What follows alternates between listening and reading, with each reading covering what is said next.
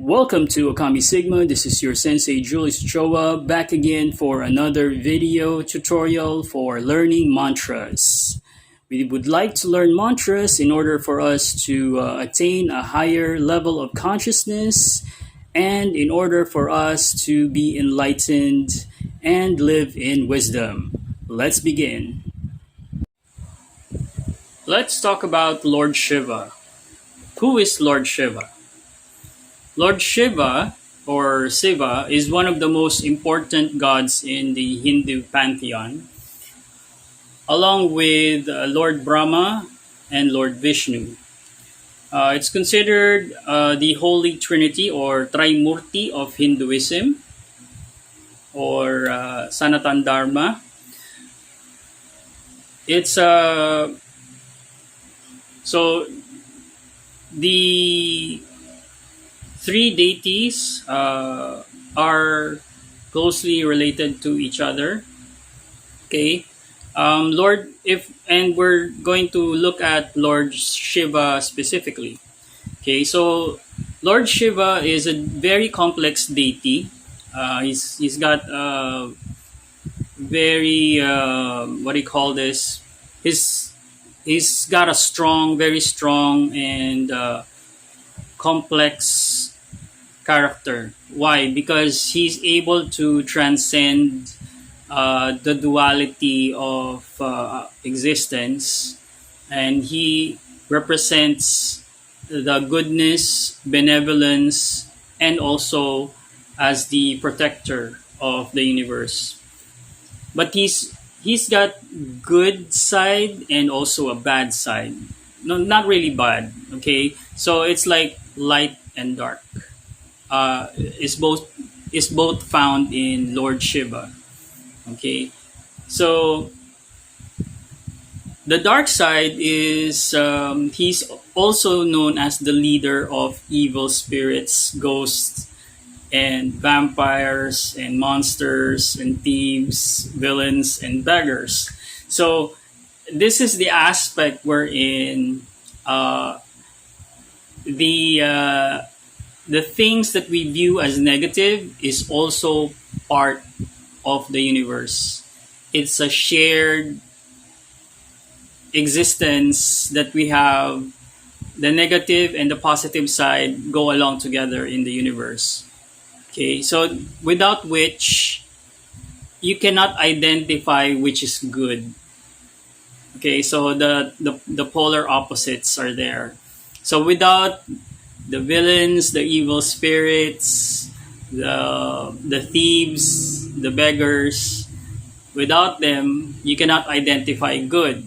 And vice versa, wherein you can't identify the negative sides, these villains and beggars and thieves and evil spirits and ghosts, without the good in the universe. So it's something that it's probably if you're used to the religious teachings, wherein it's clear cut that only the good is good, and then you should do away with the evil. Okay, so but it's not as simple as that when it comes to dealing with reality, and that's why most of the religious people are perplexed when it comes to right and wrong. And Lord Shiva brings clarity and unifies this concept in a manner wherein you have to acknowledge that this reality, this universe, is a shared universe of both polarities of existence. Okay? So, Lord Shiva is also the ruler of time. Okay? So, he's associated with time, particularly because he's a deity of destruction. So, what is the Great Destroyer? The Great Destroyer is nothing but time. Okay, So everything has an ending. Okay. So because our existence, our universe is, you know, the physical existence, the 3D reality is temporal or temporary. So everything ends. So the concept, Shiva rules the concept of time. So he's the one who facilitates the ending. And at the same time, he's also the creator. Okay, so stay with me. So he's a creator and also a destroyer. So without him, there won't be any creation, and without him, there won't be destruction. Because the way existence works is that in order for creation to be in order for creation to come to fruition or manifest, destruction needs to happen. So the decaying has to be leveled and destroyed, and then be rebuilt back with a new creation. So, having said that, that pertains to the concept of life and death. Okay, it's a cycle, and Sanatan Dharma with Lord Shiva explains the these concepts in a manner wherein you can appreciate both sides, not just one-sided. Without death, life is meaningless, and without life, death is meaningless. So you see, the two sides of the coin are integrated and is solidified as one. You can't have one without the other. Okay? So, nevertheless, Lord Shiva is associated with creation, and universes cannot be created without destruction. Okay? Because our universe operates in cycles. Okay? So, a lot of what was taught in schools to view time is to see time in a linear manner, wherein it's past, present, future. But actually, it's a cycle wherein it's just a cycle of creation, destruction, creation, destruction, creation, destruction. And in between is life. And in between life and death, creation and destruction is existence. Okay. All right. So things get regenerated and also things get destroyed. Lord Shiva destroys the universe at the end of each cycle, and which allows for a new creation. Okay. So if you think about it, this is the reason why we have a lot of, let's say, ruins here on planet Earth. Why? Because planet Earth has gone through many cycles, which the term used in Sanatan Dharma is yugas. And these yugas already transpired, creating a civilization and destroying a civilization. So many civilizations have existed prior to this current one that we have. Now, that's another reason why I have preferred Sanatan Dharma's teachings, is because the clarity of its explanations, and there's no such thing as a teaching that is not correlating or corresponding to science and other academic studies. So in Sanatan Dharma, there is no distinction between the physical sciences and spiritual spiritual aspects of existence. So here in this particular teaching, it's a lot better because you have an explanation for uh, existence or the very difficult concepts of the universe that most religions cannot explain, or they leave that into mystery because they clearly do not know. They don't have the actual knowledge. And aside from that, the fact that Sanatan Dharma or Hinduism is the oldest spiritual practice and is also the universal spiritual practice of the world. Okay, so all of these belief systems and new religions are very young. You know, those concepts were or stories were just recently created and were written by not God but man. Okay, and one thing that we can learn from this, okay, is that Lord Shiva is also a great ascetic. So he represents the yogi or the mountain man or the shaman, the person who goes to the mountain and finds knowledge and enlightenment. Okay. He also abstains from all forms of indulgence and pleasure. Okay, why does he do that? Because he has to maintain a sense of purity. Because the energy of creation and destruction has to be pure. It has to be concentrated. That's why yogis and ascetics use the method of meditation as a means to purify and perfect one's happiness. Okay, so that is the media, that is the tool in which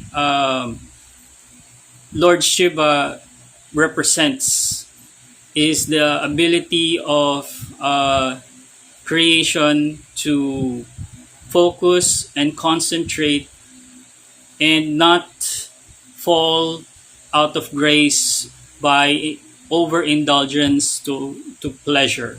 Okay, so he's representing also the balance of the universe. Okay, so this makes him the most important Hindu god for Shivaism sect, the patron of Brahmas and yogis, and also as the protector of the Vedas, the sacred texts. So the Vedas, if you're not familiar with Sanatan Dharma, the Vedas is the oldest written text in the ancient world. Now, the Vedas are written by, of course, sages. These are people. These are scribes. These are the keepers of the knowledge during that time, and they were able to record the stories of these deities through verbal transmission. And then the sages were the scribes wherein these texts were recorded. Okay. Now, the most fascinating thing that I love about Sanatan Dharma is that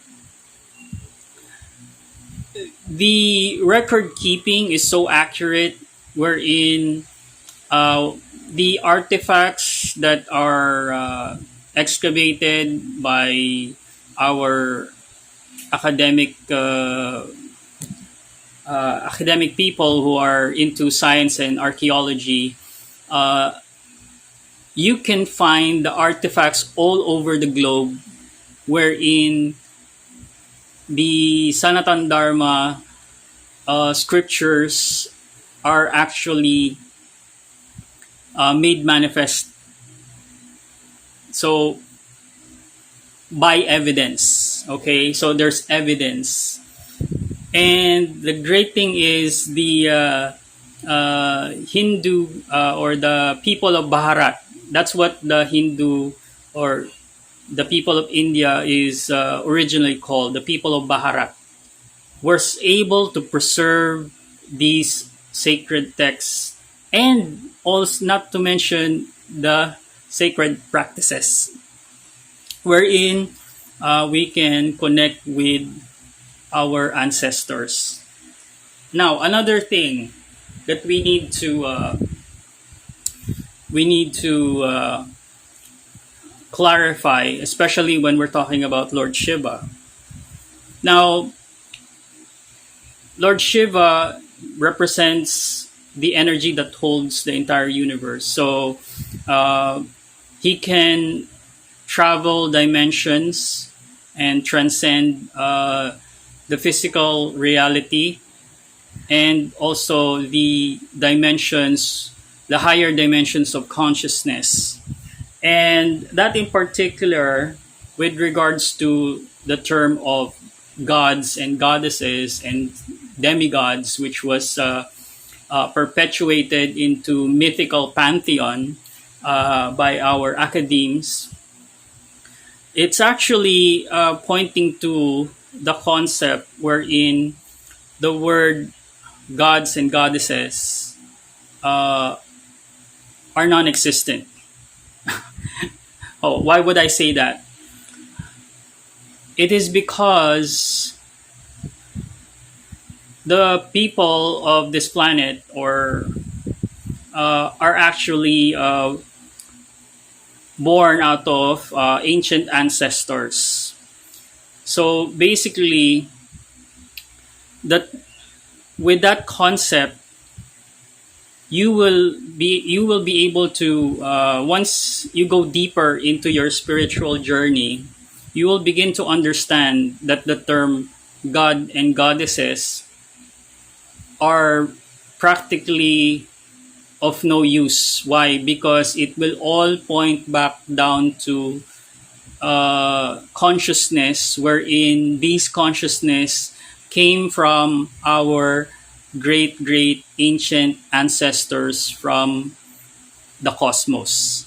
So from various tribes of different beings that populated the vastness of the cosmos in various universes. So, and then we will have to connect it with science, which is the study of our DNA. And in our DNA, we have something called the worship gene. And our DNA is, in that study, our DNA is evidently created by design. So, which means our ancestors created us by designing specific DNAs in order to be able to have complete control over us. So that's one thing that we have to recognize, that when we call what we call gods and goddesses are actually our ancestors, because when they created us in a manner wherein they incorporated worship so that we look at them as our superior or superior race. But in actuality, that by design, our DNAs are the genetic makeup of our DNAs are almost identical to theirs. So by design, we're just practically sons and daughters of our great great ancestors. So therefore, with this explanation, the term God, gods, and goddesses lose their meaning. Okay, so I hope you follow me. This is something that I awakened to,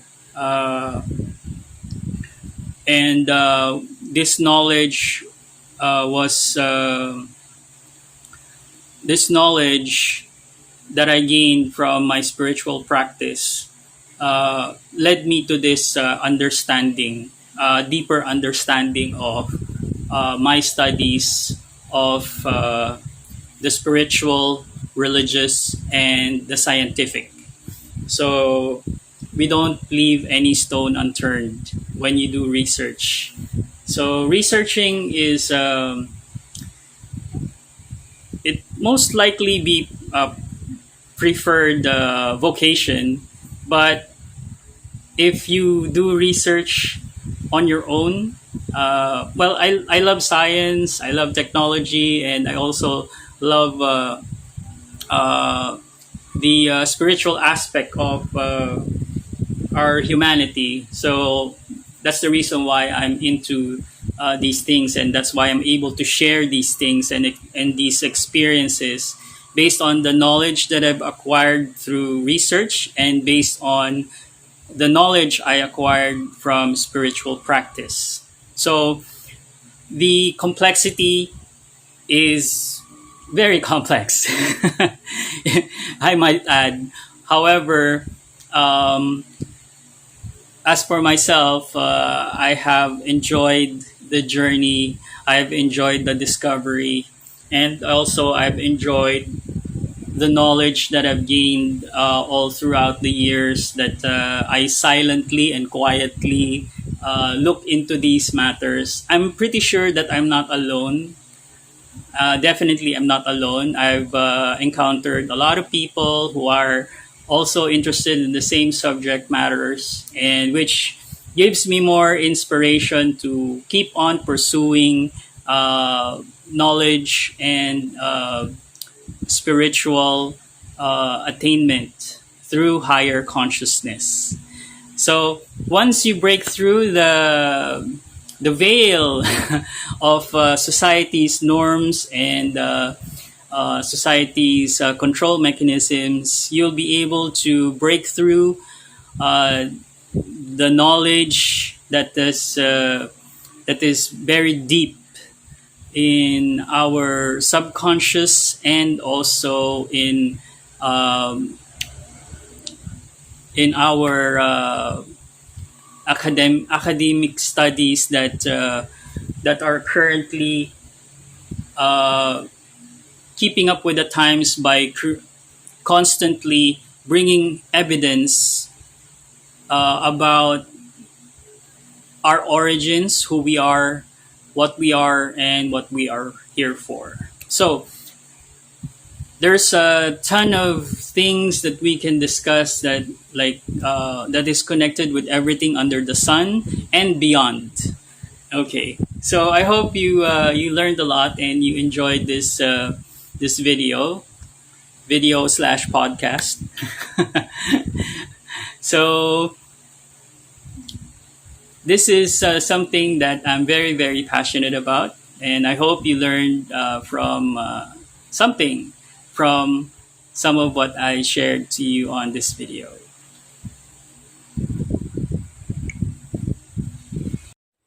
I hope you learned a lot from this tutorial. Again, this is your sensei Julius Ochoa from ôKAMI Sigma Universe. Thank you for watching.